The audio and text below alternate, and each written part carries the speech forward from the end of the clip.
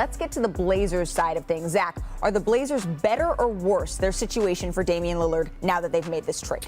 That's a question we're going to have to wait till the summer to answer because they got a lot of cap flexibility. They got a lot of draft picks. We got to see what they do with it, what they do with Josh Hart. They could flip Josh Hart right now for a first-round pick, I think, if they wanted to. He's coveted as a role player. But I think really probably about the same. Like, it's hard to envision them winning a championship in Damian Lillard's window there, but we'll see. I agree with Zach.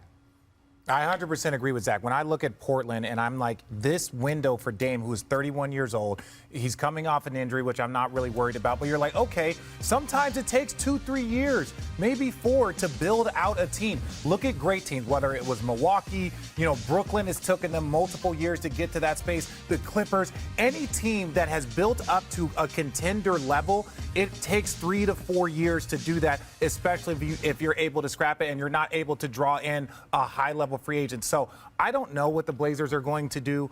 They have the space. Dame is on board. So this is a sit-and-watch situation. Zach, do you expect them to make more moves ahead of the deadline? Not this summer, ahead of the deadline. I mean, they've already traded 4/5 of what might have been their closing lineup in Robert Covington, Norm Powell, Larry Nance. I'm not sure what else there is to do, but they're a team to watch at the draft in this summer for sure. And to RJ's point, you mentioned teams taking multiple years. Clippers, Nets, a lot of those teams you mentioned, they were free agent destinations that could microwave teams like this with cap space. I don't think the Blazers are that kind of team. Well, and even then, don't forget that the Brooklyn Nets made the postseason without a superstar.